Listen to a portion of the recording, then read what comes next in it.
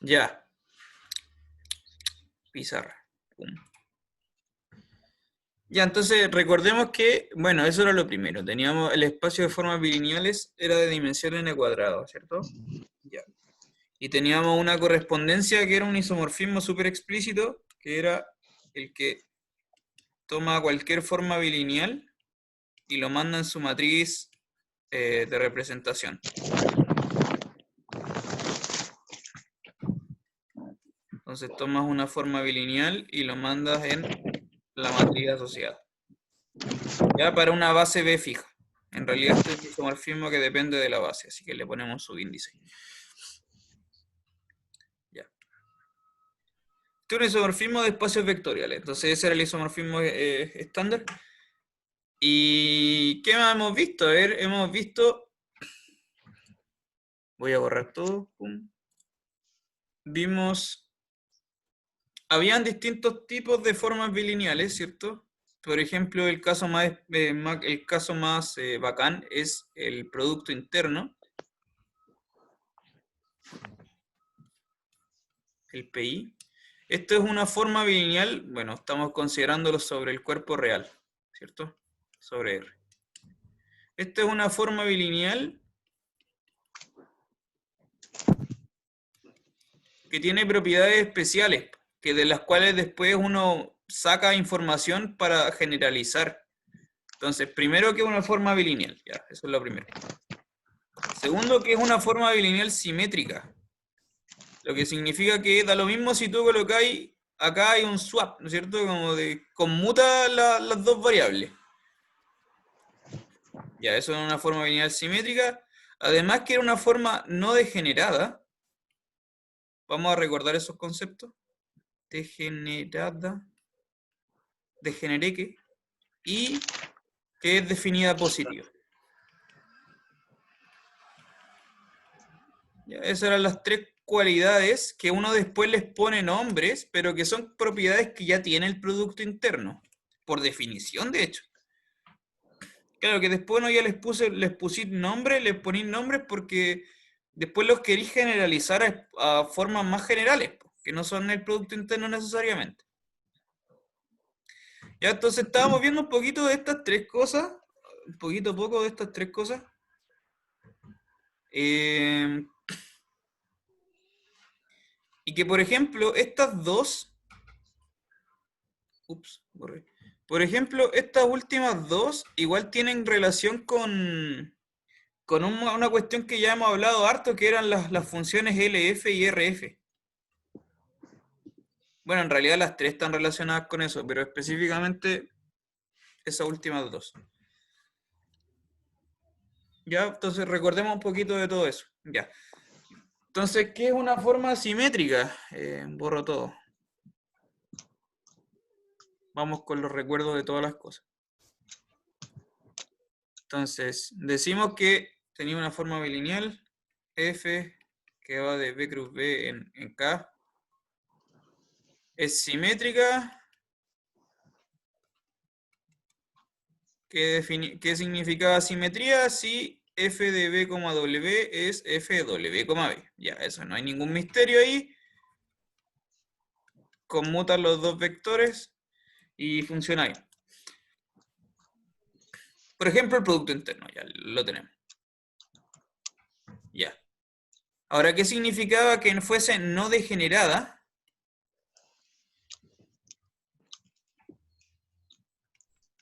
¿Qué significa que era no degenerada? ¿Se acuerdan? Cuéntenme. O sea que cumplía con una de las definiciones que teníamos acá atrás, desde como Ajá, la 2, la 3, la B y la C. sí. O sea, la tengo aquí escrita, pero de eso tengo Yo, una duda. yo me acuerdo de. No, dale, dale. Que aquí tengo que F Dime. es degenerada, sí, solo sí, el kernel del LF o del LF es distinto al vector nulo. Sí, sí, Sí, eso. Y eso es correcto. se puede aplicar al contrario, que es Eso no mismo. degenerada si el Sí, kernel po. del RF es cero. Es vacío, o sea, es nulo, claro, claro que sí, Es po. nulo, sí. Ya, Perfectamente. Eso es un sí, solo sí. ya vale. Muy bien.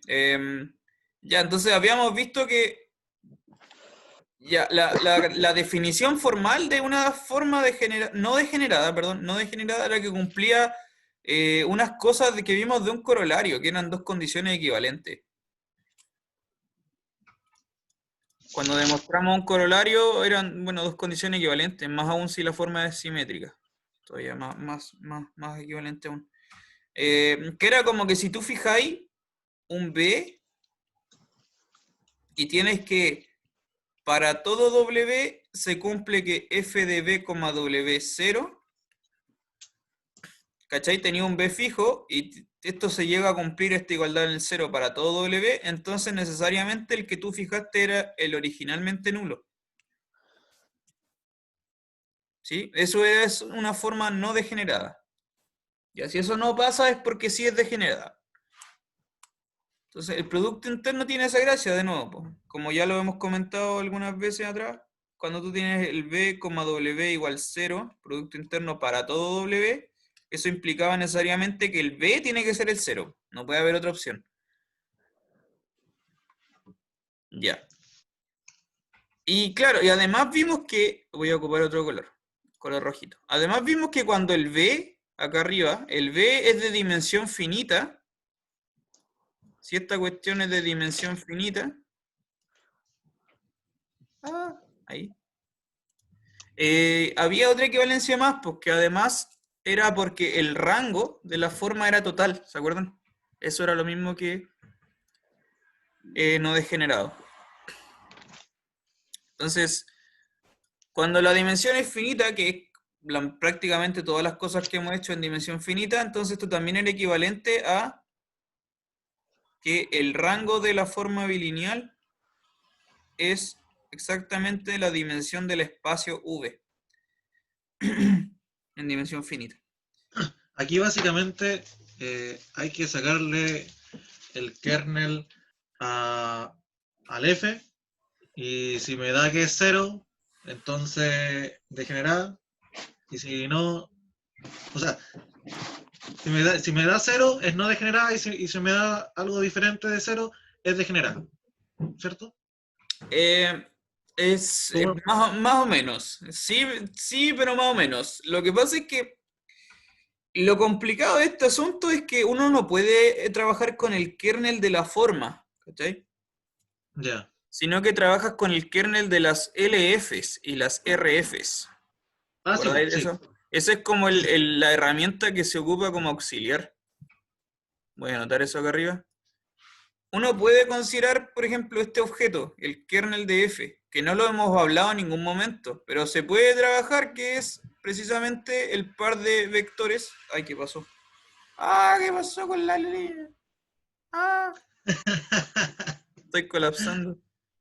Ya. Tú podéis considerarlo como el par de vectores que van a parar al cero. Claro.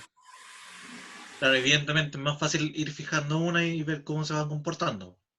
Sí, pues porque la cuestión es que este kernel no se comporta como un kernel común y corriente, ¿cachai? Como el kernel que uno conoce de lineal 1 y todas las propiedades que tiene un kernel como kernel que tiene que cumplir. ¿Por qué no pasa eso? Porque este es un subespacio, sería un subespacio de B cruz B. Y la forma no es lineal, pues bilineal, entonces como que este objeto no tiene las propiedades que uno quiere que cumpla un kernel, ¿cachai? Claro. Entonces lo que hacís tú, claro, fijáis una coordenada y dejáis la otra libre y ahí sí que tenéis un kernel en todo lo que uno conoce Todo lo que como es se un conoce kernel. siempre.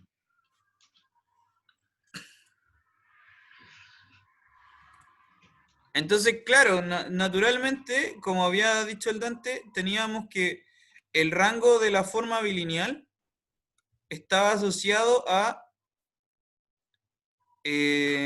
bueno, estos eran iguales, ¿cierto? Es totalmente igual. Al rango, por ejemplo, el rango del LF, que lo vimos. Estas son dos cosas iguales. Pero a lo que quiero decir es que el rango, por supuesto que el rango de una transformación lineal cualquiera está asociado a la nulidad de la transformación lineal. Siempre está asociado a la dimensión de su kernel. Entonces, el rango de la forma bilineal siempre está asociado, de alguna manera está asociado al kernel de la LF.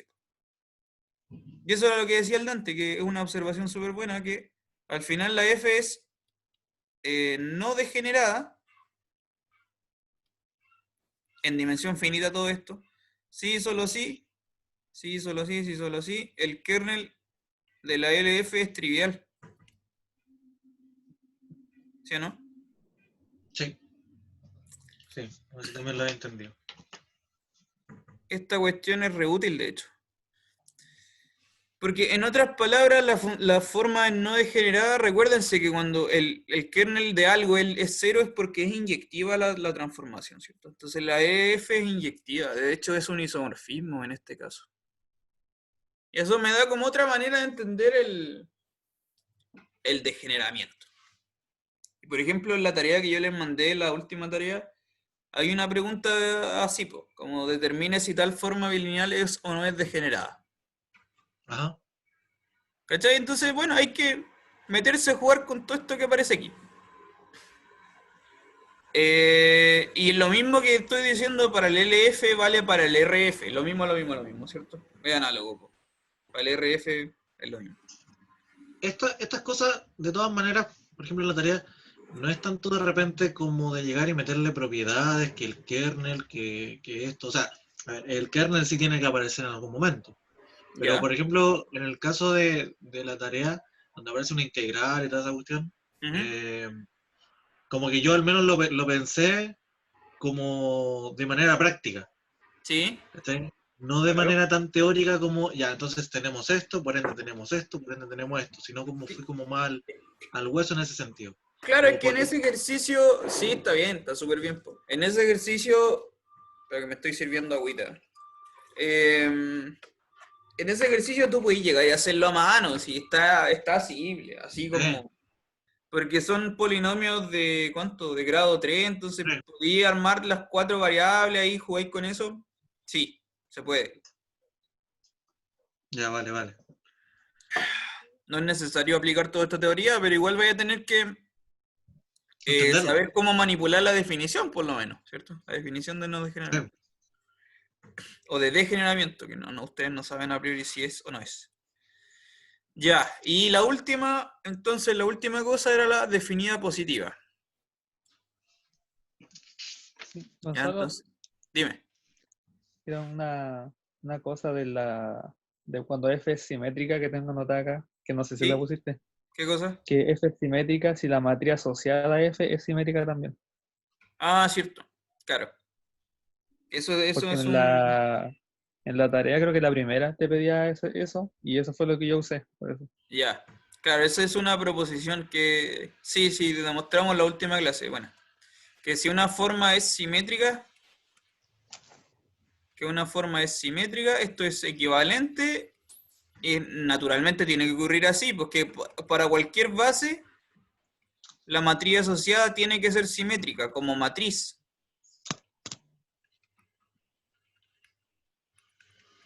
¿Ya? Entonces recordemos que una matriz era simétrica cuando era igual a su traspuesta. Entonces lo voy a anotar acá entre paréntesis. A es igual a la traspuesta. Eso era una matriz simétrica.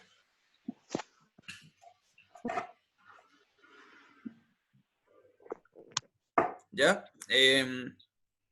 Claro, ese también es como un dato útil, pues, o sea, naturalmente tiene que ocurrir que si tú pescáis matrices simétricas, como que tiene que estar relacionada a una forma simétrica.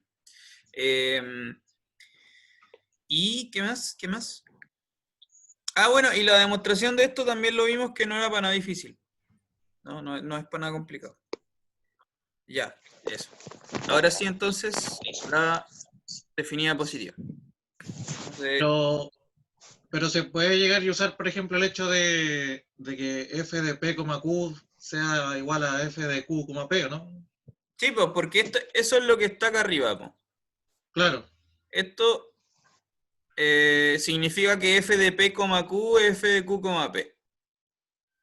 claro. Y esto es con las matrices asociadas. Ajá, sí, ya. Sí, en ese ejercicio de la tarea tú puedes llegar y mostrar eso, pues f de p, q, f de q, p, y te va a salir al tiro. Claro. ¿Mm? Como extra, Yo al menos probé de que primero era transformación lineal, en la primera coordenada. ¿Ya? ¿Ya? No sé si sea necesario también hacerla para la segunda, porque después como se dice que es simétrica, no creo que sea tan necesario, ¿no? No, pues no lo es, se deduce al tiro. Si hay simetría, se deduce al tiro porque dais vuelta a la variable y listo. Ah, ya. Tenéis que Ok. escribir eso, sí, pues, o sea, lo escribí en la tarea así como es simétrica, se concluye el tiro. Claro. Ya, bien. Y entonces lo último que vimos era, la última propiedad es que una forma es definida positiva.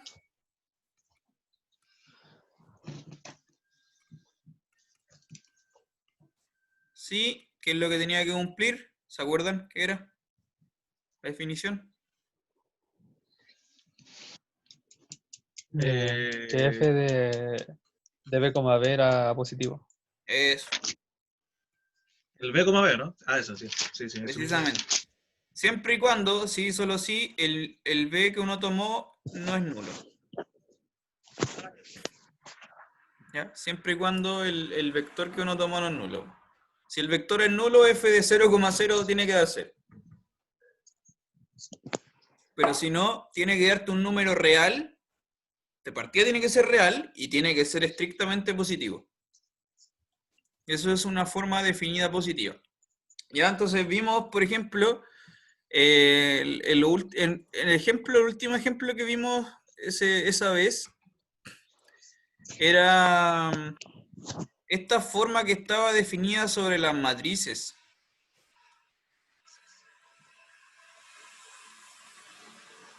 Que era, tomabas un par de matrices y lo mandábamos en una cuestión así como era n veces la traza de A por B, menos la traza de A por la traza de B. Por la traza de B. Claro, esta forma entonces leí un ejemplo importante porque es bilineal simétrica, pero como vimos era degenerada y además no es definida positiva tampoco. Ya, tú puedes, lo comprobamos todo esto, puedes revisarlo todo. Esa era una forma que vimos, le comprobamos todas las cositas. Entonces, para que cachen que al final todas esas propiedades son independientes la una de la otra. ¿Sí? Puedes tener formas que son simétricas, degeneradas o no degeneradas, que cumpla algo, que no cumpla lo otro. Un poco de esto, un poco de aquello. Lo mismo pasa con esta pregunta que les puse en la tarea. En algún momento les coloqué que me comprueben qué pasa con f de p, p Sí. igual a 0. ¿Ya? ¿Qué pasa con eso en la tarea? Tiene que ver con lo de definido positivo. Y de hecho, a esos vectores tienen un nombre especial, los que hacen esa gracia de f de p, p igual 0, pero no lo hemos nombrado aquí. Si ustedes revisan en la punta de Daniel Jiménez, sí le coloca nombre. Se llaman vectores isotrópicos. ¿Ya? Pero bueno, un nombre más que aparece. Bueno, la cosa es que, claro, tiene que ver con esto de lo definido positivo. ¿Ya? Tiene que ver con eso.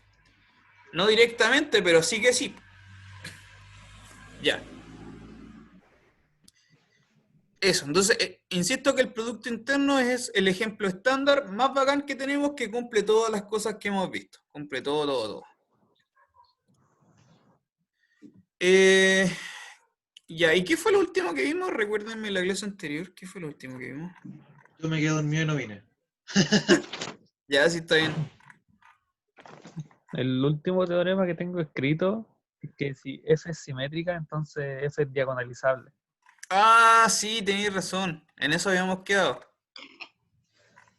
Y también había ahí descrito esto como características de un grupo K, pero que al final eran Ah, como los ya. grupos fáciles, por así Sí, decirlo. sí, tenéis razón. Claro.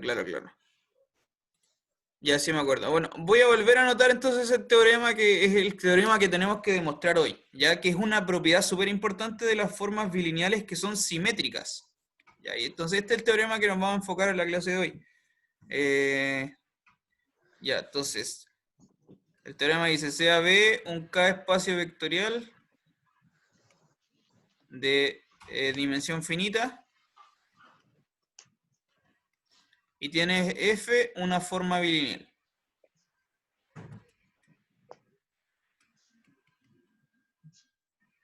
Ya. Entonces, son equivalentes dos cosas. Que la forma es simétrica. Esto es sí, solo sí. Sí y solo sí. La forma es diagonalizable.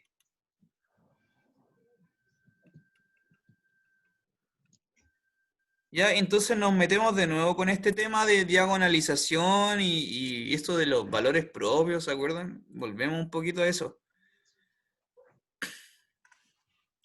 En el caso de que, claro, eso es lo que decías tú, lo voy a anotar con otro color, esta es como una hipótesis que tiene que ir, pero que ustedes no lo hemos hablado mucho en este curso, que lo voy a colocar acá, abajo, siempre y cuando si el K es un cuerpo de característica cero. Ya, insisto, esto va a estar ahí como en azul, como un corchete, porque el concepto de la característica no lo hemos comentado en el curso, pero es una propiedad que tienen los cuerpos, los reales, los complejos, los racionales, que son cuerpos que ustedes conocen, son cuerpos de característica cero, ya son cuerpos, los cuerpos en general que ustedes conocen, los cuerpos así como los más que uno tiene en la mano, son de característica cero, ya los que no tienen característica cero son cuerpos extraños. Son como más peculiares. Entonces ahí yo le comentaba antes, por ejemplo, los cuerpos de que no tienen característica cero, existen unas cosas que se llaman los cuerpos finitos. ¿Qué más? Sí, las clausuras algebraicas de los cuerpos finitos. En fin.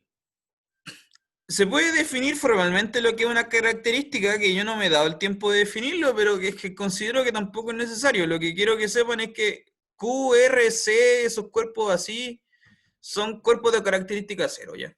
Entonces, en todo eso, en esos ejemplos, vale este teorema. Y es súper potente el teorema porque nos permite diagonalizar las formas, ¿ya? Y recordemos que este fenómeno, de nuevo, viene del producto interno. Esto es como una copia del producto interno, porque el producto interno se puede diagonalizar. Y eso era lo último que les había comentado, creo, en la clase anterior al Dante. Que el producto interno, como efectivamente una forma bilineal simétrica, se puede diagonalizar. ¿Ya? Recordemos qué significaba eso, que existe una base, de modo que la matriz asociada es diagonal. Ya, la matriz asociada es diagonal. Entonces, voy a borrar todo, y es el teorema que vamos a demostrar. El ejemplo que le había dado al Dante, y te lo vuelvo a dar a ti ahora, Lucas, es que si tú tienes, por ejemplo, y esta era la situación como más ideal posible, que si tú tienes el producto interno usual en Rn, ¿ya? El producto interno usual en Rn, entonces la matriz asociada al producto interno usual en la base canónica es precisamente la identidad. Ah, de ahí venía el ejercicio, el último de la tarea. Sí, de hecho sí, claro. Justamente. Sí, yo lo leí y dije, te apuesto que es justamente la clase que no fui. Sí, tiene que ver con eso, claro. Claro, yo les puse así en el ejercicio otra cosa, pero les puse un 2 veces la identidad, 3 veces la identidad. Pero la cuestión es que esta es la matriz como más ideal posible, ¿cachai? Porque hemos visto muchas veces uno tiene una transformación lineal, ya me vuelvo como al curso anterior, pero tú tenías una transformación lineal y te queda una matriz así como, no sé, diagonalizable, algo así como 1, menos 1, 2 y puro 0, una cuestión así. Imagínate, tenía algo así. Pero igual, a pesar de que ya es diagonal y que es súper bacán, porque las matrices diagonales son súper simpáticas de trabajar, sobre todo para un computador, muchísimo. Pero imagínate que además podéis formar la identidad, o sea, es maravilloso, tenéis puros 1 y puros 0. Es la situación más ideal posible para una matriz asociada. ¿Ya? Entonces, el producto interno cumple esa gracia, que es terrible bacán, que podéis diagonalizarlo, y más todavía, mucho más potente, es que lo podéis diagonalizar a la identidad. Ya que eso es caleta, eso es pedir caleta. Entonces, la pregunta natural es que ¿uno puede traspasar esto a las formas bilineales en general? ¿Sí o no?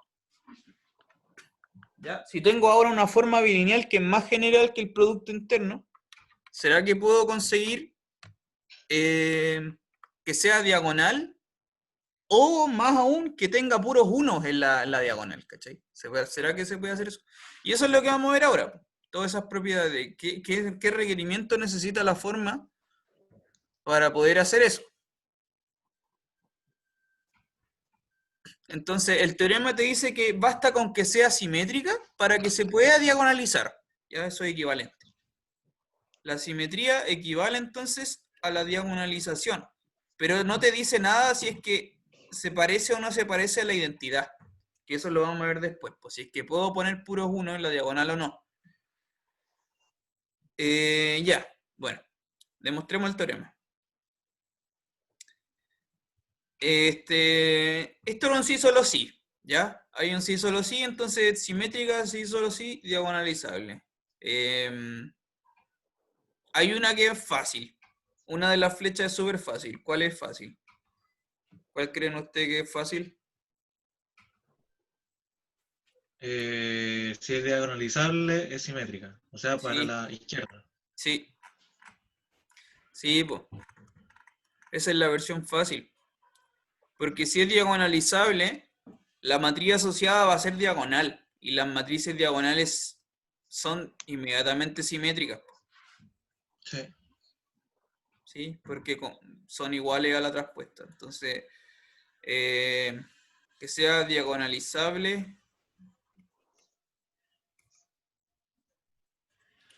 Esto implica que sea simétrica.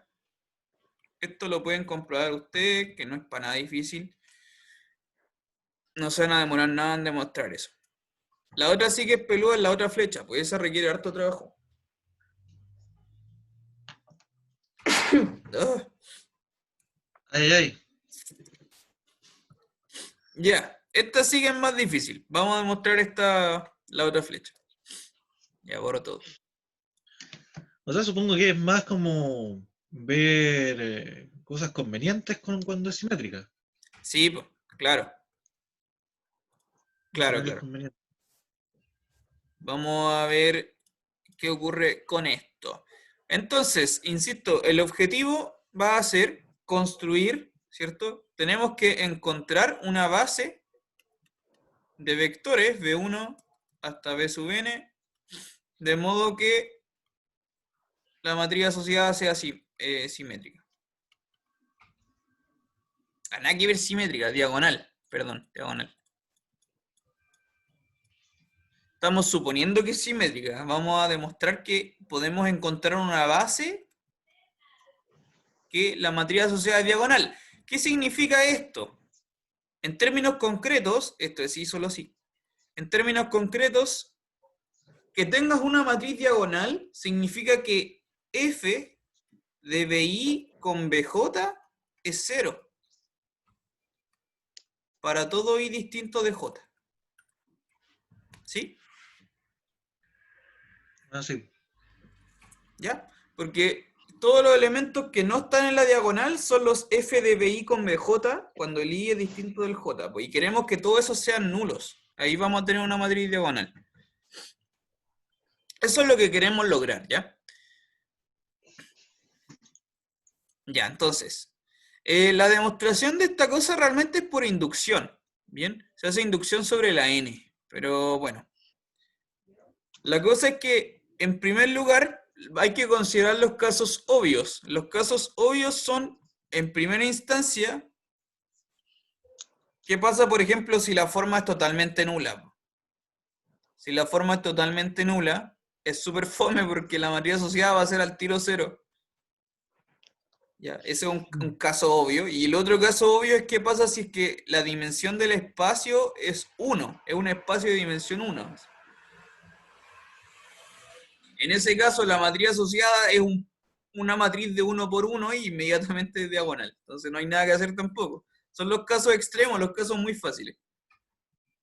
Entonces, la cosa es que vamos a suponer inmediatamente que la forma es no nula y la n es mayor estricto que 1. ¿Sí? Esos son los casos realmente interesantes. Ya. Entonces, estamos en la situación de que el n es mayor que 1 y la forma es no nula. Ahora, lo que sí vamos a considerar, y esto es importante, mira. ¿Qué pasa, por ejemplo, si f de b, b es 0 para todo b? ¿Qué ocurriría en esa situación? Ya, nuevamente volvemos a esta cosa del f de b, b igual 0, ya, que tiene que ver con lo definido positivo y tiene que ver con la tarea que les mostré, que les mandé, perdón. Si el f de b, b es 0, recordemos que, bueno, el Lucas no estuvo en esta parte, pero esta cuestión de aquí era una forma cuadrática, es el q de b. Que yo le mencionaba al Dante que las formas cuadráticas son cosas que hemos visto en el curso, pero que no las hemos explotado, porque las hemos mencionado nomás, de repente apareció, después se fue. Y acá vuelve a aparecer, pero no así como realmente vamos a estudiar formas cuadráticas porque no es necesario. Se lo muestro esto porque ahora lo vamos a usar, es un momento en el teorema que lo vamos a usar. ¿Ya? La forma cuadrática se definía así. Q de b se define como f de b, b. ¿Ya? ¿Y qué gracia tenía esta cuestión? Que habían unas cosas que llamábamos identidades de polarización que te permitían, la única gracia de eso era que permitían que si tú tenías una f, puedes definir una forma cuadrática, y si tienes una q, una forma cuadrática, puedes definir una forma bilineal desde ahí. Hay como una equivalencia ahí con esas identidades de polarización. ¿Ya? Entonces, si f de b, b es 0 para todo b, esto significa que el q de b es 0 para todo b, naturalmente, es lo mismo. Lo que significa, enseguida significa esto, sí, solo sí, el q es una forma cuadrática nula, ¿ya? Y esto va a implicar que la forma es inmediatamente nula. Por las identidades de polarización. Pues si la forma cuadrática es nula, la forma bilineal entera va a ser nula, ¿ok? Entonces, en general, para las formas bilineales nunca va a pasar eso, que f de b, b va a ser 0 en todos lados, ¿ya? Y esa es la razón, viene desde la forma cuadrática asociada con las identidades de polarización. Que ahí sí que vamos a usar ese objeto, pero después de nuevo se nos va a olvidar porque no lo vamos a ocupar, es solo un auxiliar. ¿Esos son congruencias? No, significa que la forma es idénticamente nula, ¿cachai? Ah, ya. Quizás esto lo podemos notar así. Con el 0, que yo le coloco un gorrito en verdad. 0 con gorrito. Que significa que es la función nula al final. Ya. ¿Ya? Entonces, si la forma se anula en todos los b, b, inmediatamente eso te va a implicar que la forma es nula. ¿Ya? Y que es el caso que no estamos considerando, pues estamos considerando que el f es distinto de 0. Sí. Eso significa que... Caso aparte. Tiene que ser un caso aparte, como en la tarea, que tení... Claro. La pregunta iba como, ¿en qué caso no nulo se cumple tal cosa? Sí. Sí, pues, Claro, porque la cuestión es que estamos considerando que esto valga para todo B. sí. El cuantificador aquí es clave, pues. Porque, claro, pueden existir f de b, b que sean 0, pues, pero si se cumple para todo, entonces pasan cosas raras. Sí. Sí, sí. Bueno, y como estamos considerando que el F es no nulo, esto significa que efectivamente tiene que existir un vector. Tiene que existir un B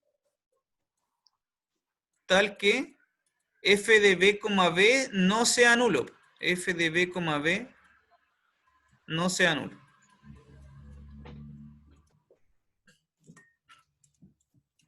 ¿Ok? Naturalmente podemos escoger un vector que haga esa gracia, que f de b, b no sea nulo.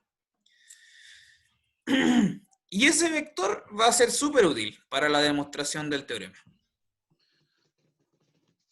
Ya, entonces vamos a escoger, entonces, escogemos un vector tal que f de b, b es no... ¿Qué está pasando? Maldita tableta. Ya. F de b, b. ¿Qué? Ah, ¡Ah!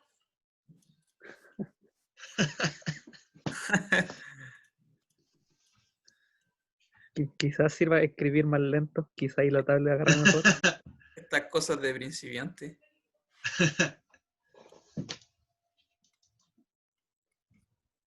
No, y estresa N estar escribiendo y no estar mirando de la mano. Tener que estar mirando una pantalla. También es cuático eso, sí, está loco. ¿Cierto? Está bien loco, sí.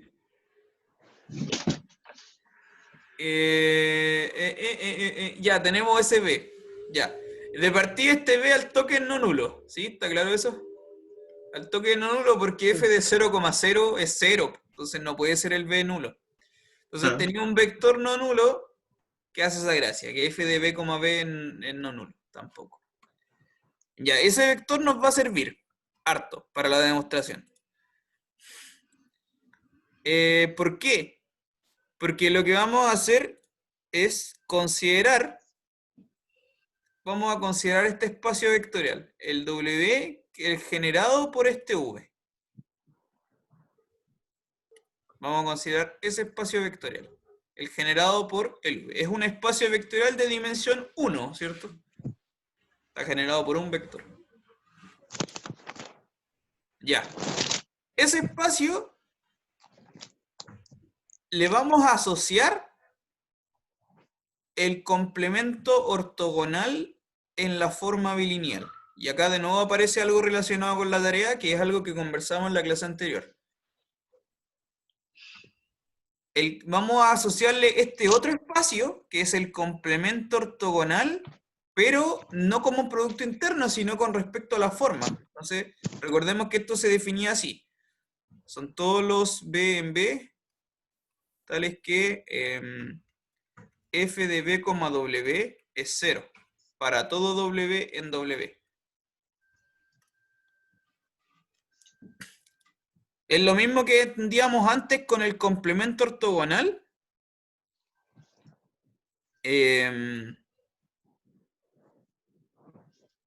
A ver, espérame.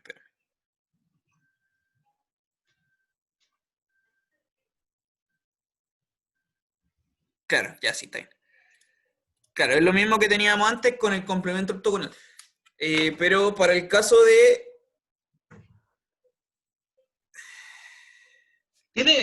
Me causa un poco de curiosidad el hecho de que tenga como la misma definición que el kernel del LF. Sí, se No, parece no es la caleta. misma. Dame un momento, se parece caleta. Espérate, que estoy un Sí, poco también lo vimos confundido con eso. algo. Luca, en el otro video, al final, Ah, ya. hablamos de eso mismo, que es parecido. No es la Ah, misma, ya. pero es parecida. Es muy parecida. Sí, es muy parecido, pero no es lo mismo. Claro.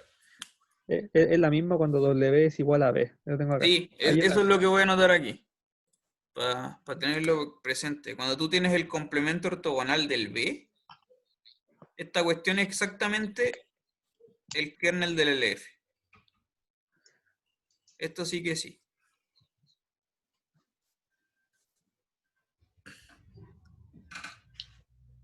Ya. Ya, entonces, la cuestión es que como el W es un espacio de dimensión 1, son los múltiplos del V nomás, son los alfa por B. Entonces, al final, este espacio, el complemento ortogonal del W, ay, lo escribí con rojo. Este complemento ortogonal al final está compuesto por todos los V's en V, pero que hacen... No, tengo que cambiar la letra, pues ya estaba el V colocado, no, pucha. Entonces tenemos que poner otra letra, X, vamos a poner X. Son todos los X en V, tales que X, ahí, X en V. Ya, lo que quiero decir es que como el W es de dimensión 1, lo único que se necesitas, lo único es que f de x, b sea 0. ¿Ya? Esto es equivalente. Que se cumpla para todo W en W es lo mismo que se cumpla solamente para el V, porque es un espacio de dimensión 1. ¿Ya? En este caso solo basta con que f de x con ese puro V se cumpla que te da 0. ¿Bien? Yes. Por todo, y ahora, con esta información, se tiene lo siguiente. Esto es una afirmación. Que de nuevo tiene que ver con la tarea que les mandé. La afirmación es la siguiente, que el W hace suma directa con su complemento ortogonal. ¿Ya? Tal cual como ocurría en el caso del producto interno. Pero es específicamente para este W, ya no se confundan, es específicamente para ese W, que es un W de dimensión 1. Para el W de dimensión 1, con su complemento ortogonal específico, hacen suma directa con el V.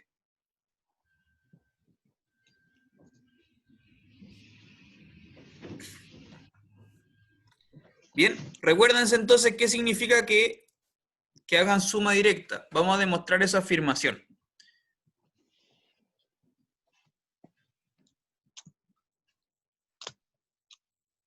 ¿Qué significa que hagan suma directa? ¿Se acuerdan? ¿Qué es lo que hay que demostrar? Que la dimensión de ambos es la misma que la de B. Sí, también. Los de ambos estamos sumados. Claro, eran dos cosas, porque la intersección de ellas es nula, ¿cierto? Y además que la suma entre ellas te da el V entero. Y entonces hay que demostrar esas dos cositas. Primero que la intersección de estas dos cuestiones es 0. Y segundo, que la suma de ambos te da el V completo. Hay que demostrar ambas cosas. Ya. ¿Por qué la intersección es nula? Cuéntenme. Vamos con este de aquí. ¿Por qué la intersección es nula?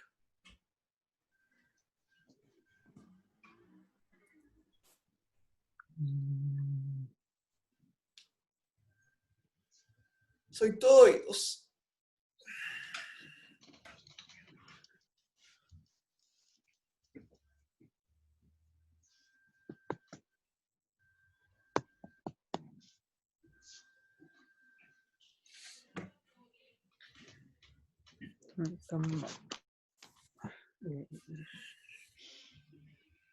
¿Por qué la intersección de esos dos espacios tendría que ser nula?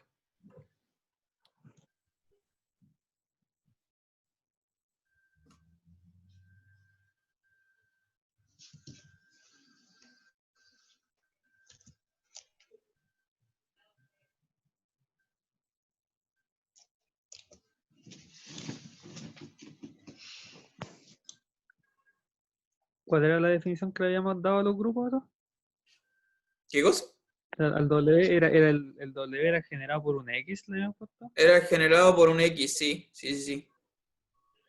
Y la No, función de mentira, ese estaba X por un V, era un V. Un V que estaba fijo.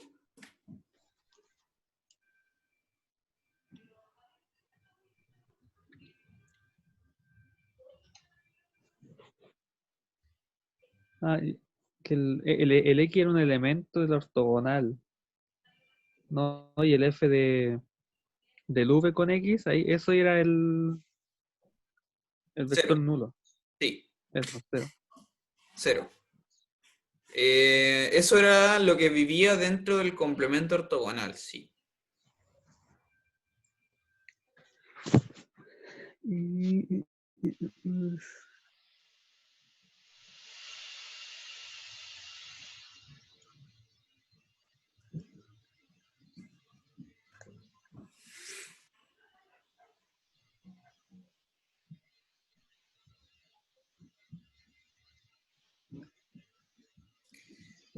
Piénselo, piénselo, piénselo.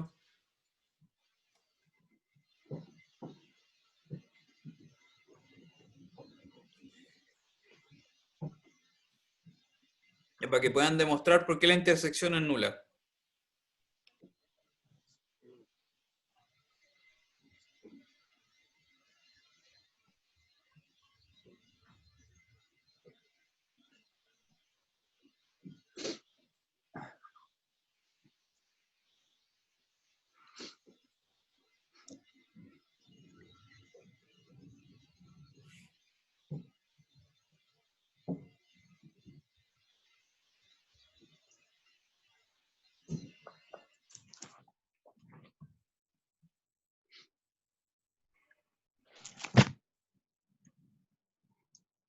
¿Alguna idea? ¿Salió? ¿No?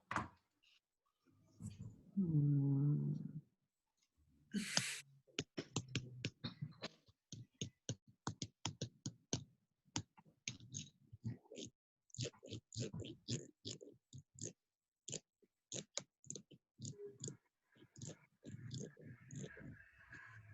En realidad no se me ocurre. Como que estoy perdido, no sé.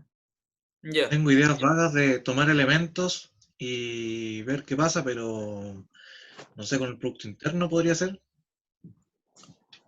A ver. Voy a borrar todo No creo, esto. no creo.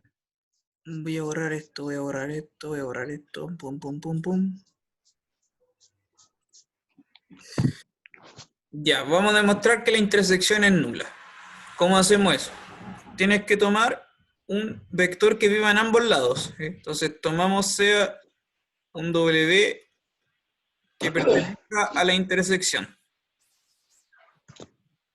Ya, vamos a demostrar que ese W es cero.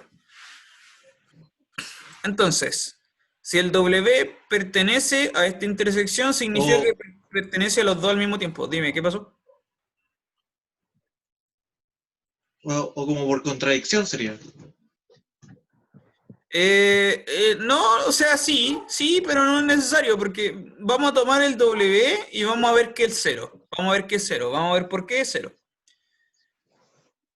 Y eso va a significar que la intersección es nula, precisamente. Entonces, ya, el W vive en ambos espacios al mismo tiempo, significa que como el W está en W, el W era el generado por el V pequeñito, significa que este W que yo elegí tiene que ser un múltiplo del V, necesariamente, porque es el generado por ese vector. ¿Ya? Entonces, necesariamente va a ser un múltiplo del V. Y además, como el W Tengo está... una Dime. pregunta. A ver, estamos demostrando que la intersección del W con el W Ortogonal. ortogonal del F, ¿cierto? ¿Sí? ¿Es cero o es nulo? Es lo mismo. Eh, ahí es donde estoy un poco como confundido, Ya, dime. porque para mí que se tengan como intersección el cero ya es un elemento, ¿cachai? Que Ajá. es el cero, Sí, claro. pero que decir que es vacío es que no sea ninguno, ni siquiera el cero. No, claro. No, cuando te dicen intersección nula, no se refiere al vacío, se refiere al elemento nulo, ¿cachai? Al cero. Ah, ya, ¿Sí? ya, ya. Son sinónimos. Vale, vale. Ya. Entonces, además, como el W además está en el otro espacio, en el complemento ortogonal, por definición, como vive aquí, tenemos que f de W, B tiene que ser 0. ¿Ya? F de W, B tiene que ser 0. Pero el W ahora me apropio con lo que está ahí arriba. Porque el W al final era alfa V, V igual a 0. Y como esta es una forma bilineal, esto va a ser alfa veces f de v, v. ¿Sí?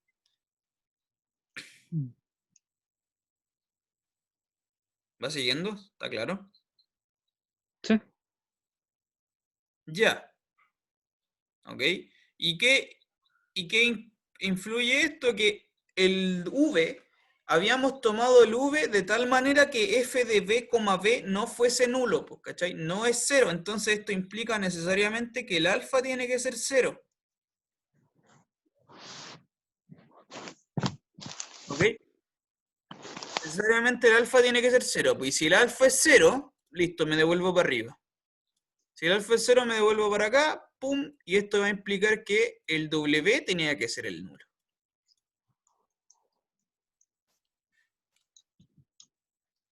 ¿Ya? ¿Sí? ¿Se entendió eso? ¿Está claro? Sí.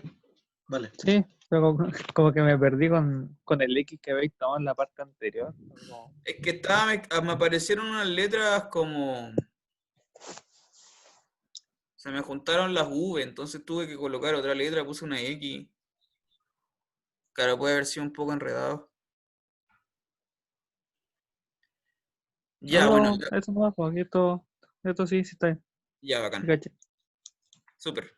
Ya, la cuestión es que ahí la intersección entonces va a ser 0.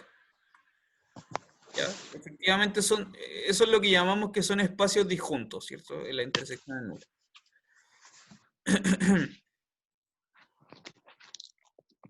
Ya.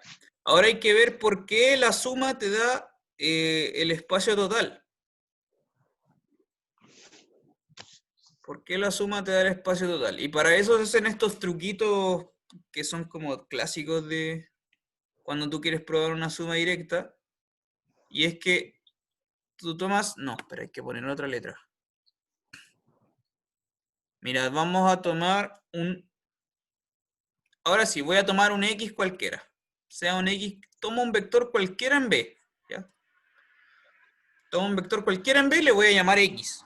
¿Ok? Un vector cualquiera en B le voy a llamar X.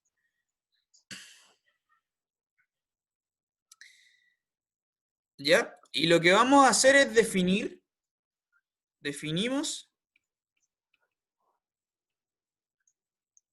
Vamos a definir un W y lo vamos a definir así.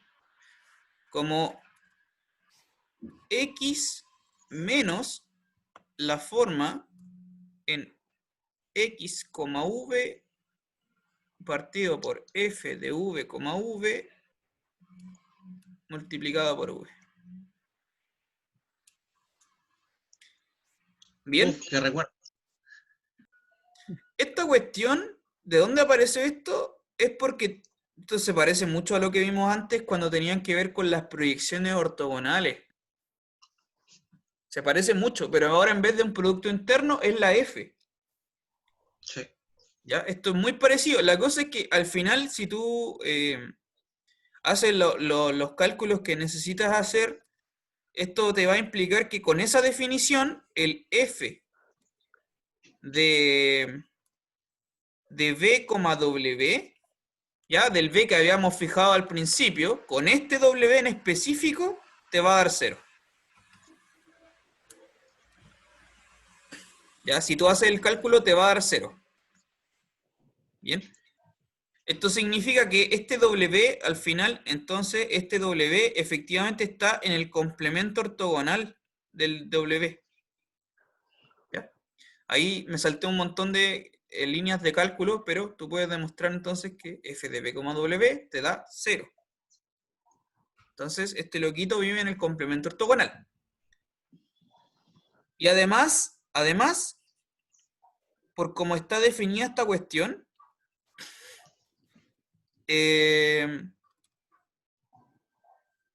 además, como está definida esta cuestión, el X, que es un vector cualquiera del V, se puede escribir así, como f de x, b, por f de x, b, b, multiplicado por el v, más el w. ¿Sí? ¿Ya? Y la cosa es que este loco vive en el W y este loco vive en el W ortogonal. Y ahí tengo lo que quería demostrar.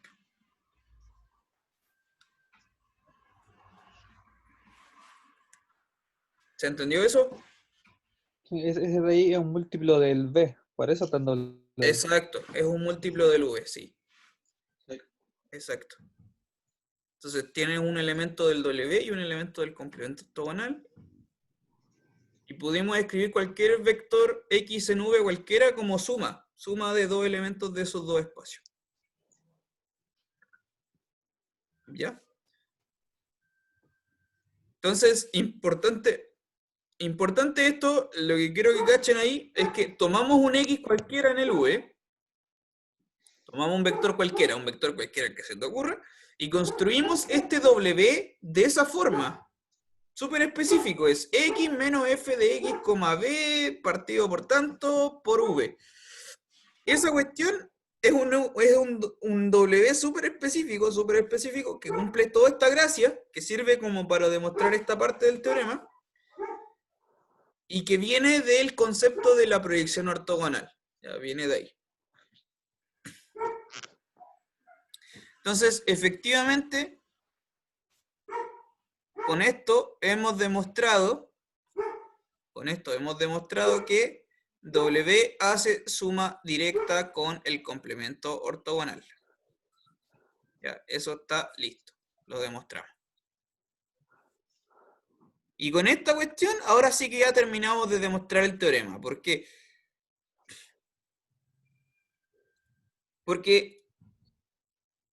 Porque con esto ya podemos demostrar el teorema, porque este espacio, como hacen suma directa, este espacio es de dimensión 1, y si este espacio es de dimensión n, significa que este espacio tiene que tener dimensión n menos 1. Va.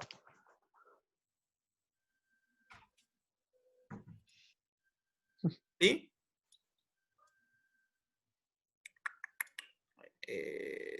Ahí. Si el espacio W tenía dimensión 1 y mi espacio original tenía dimensión n, entonces necesariamente el complemento ortogonal tiene dimensión n menos 1. Tiene una dimensión menos, lo que llamamos un hiperespacio, ¿no? Es un hiperespacio. Tiene una dimensión menos. Y entonces puedo aplicar inducción, pues. Esa es la gracia.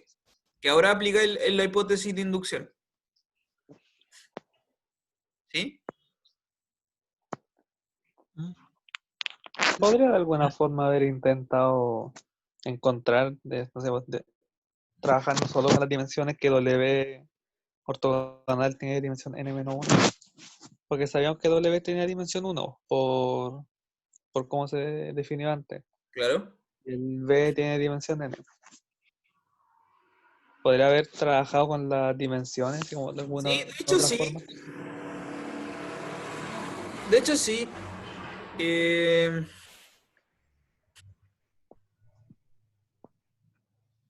De hecho, sí, de hecho, en la tarea que yo les coloqué tiene relación con eso, trabajar directamente con las dimensiones y no con la suma directa. Y el excusa es así como demostrar ese es un teorema que tienen que demostrar, pero en ese caso, la diferencia es que ahí se añadía la hipótesis de que la f era no degenerada, que acá no está. ¿Cachai? Y esto es específico, pero esto es específico para este W en concreto, es el generado por un vector específico. Por eso es como que se hace todo este trabajo para ese W concreto, a diferencia del teorema que ustedes tienen que demostrar en la tarea. Ya, acá. Ya, entonces, para este W específico, tenemos esa descomposición en suma directa. Y como, entonces, ahora ya terminamos la demostración del teorema, porque, insisto, por inducción, ya lo probamos para n igual 1. Para n igual 1 era trivial, porque n igual 1 tenía una matriz de 1 por 1 que al tiro es diagonal. Entonces, si tú haces por inducción, y supones que es válido para n menos 1, tienes que demostrarlo para n, lo puedes aplicar la hipótesis de inducción aquí, porque ese es de dimensión n menos 1. En otras palabras, si tú asumes por hipótesis de inducción que acá la forma bilineal es diagonalizable, ¿ya? Si aquí es diagonalizable, entonces en total, si tú le sumas este W, acá va a ser diagonalizable entera. ¿Cachai? Entonces, por inducción, la forma bilineal va a ser diagonalizable en todo el espacio V. Y eso, y ahí estamos demostrando el teorema. Eso significa, listo, el cuadradito al final.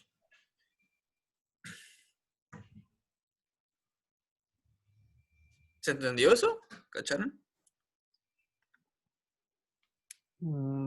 Eso último, no, fui a decirlo de nuevo. No, estoy tratando como de procesarlo. Claro. Ya, de nuevo, por inducción. Ya. ¿Cuál es la hipótesis de inducción?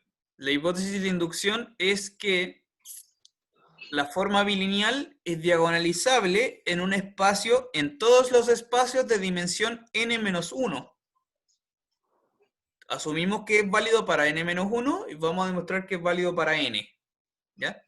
Entonces la hipótesis de inducción es que se puede diagonalizar en dimensión n-1. Y acá tú tenías específicamente un espacio de dimensión n-1. Entonces tú aplicas la hipótesis de inducción a ese mono que está ahí marcado con azul. ¿Ya? ¿Por ahí me siguen? Sí, sí. Aplicamos la hipótesis Sí. de inducción aquí en esto que está con rosado. Entonces, acá, en este espacio, que es más pequeño que todavía no es el espacio total, ahí tú puedes diagonalizar, ¿cachai? Entonces, aquí, en este lugar, tú construyes una base, pongámosle B', que es una base de este espacio, de tal forma que la matriz asociada aquí es diagonal. Y entonces lo único que te falta es cómo te pasas tú de este espacio, de esta matriz, al espacio total. Y a una matriz de n por n, no de n-1 por n-1, ¿cachai? Lo único que falta entonces es saltarse del n-1 al n. ¿Ya? Tú aplicas la hipótesis de inducción. En este espacio de dimensión n-1 tenéis una matriz diagonal. Y ahora simplemente entonces la base total que tú estás buscando entera se construye como tomando el B' y uniéndole el vector que forma la base del W, que es el V pequeñito que formamos al principio. Y esa va a ser la base de la cual la forma va a ser diagonal entera, así, diagonal en todo el V entero. ¿Se entendió eso o todavía no? Díganme. Iba bien hasta el F, hasta la matriz asociada a F en la base B diagonal, y luego me perdí en esa base B, que es el B' unida con el B chico.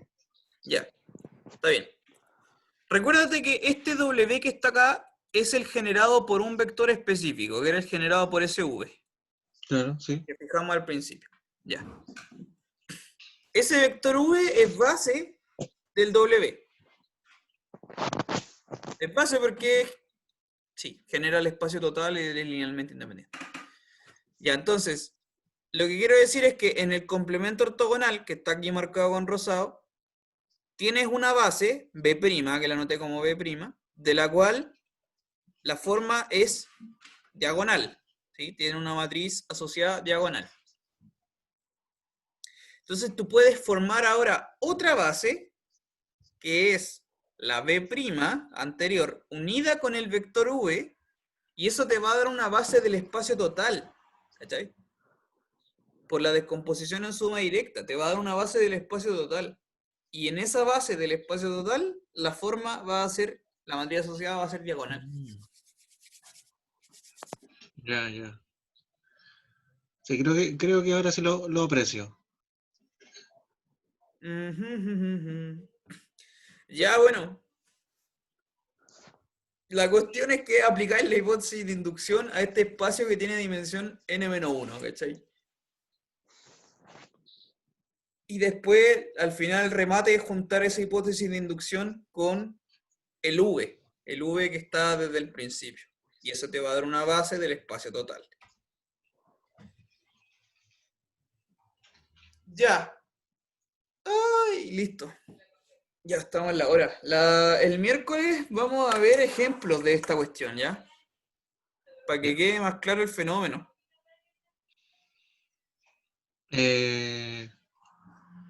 ¿Prueba? Próxima semana, ¿no? Sí, parece que sí. Creo recordar que sí. Parece que era el jueves 25, ¿no? Te digo al tiro. Sería una lástima que no fuéramos a paro. Ah, Ah, no era el 22. lunes entonces. El lunes.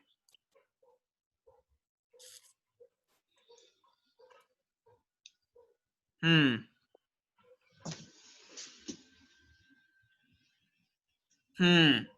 Ya. Bueno, ¿cómo están para esa prueba? Voy Yo a... creo que viene igual, pero hay que, obvio que practicar más, pues, o sea,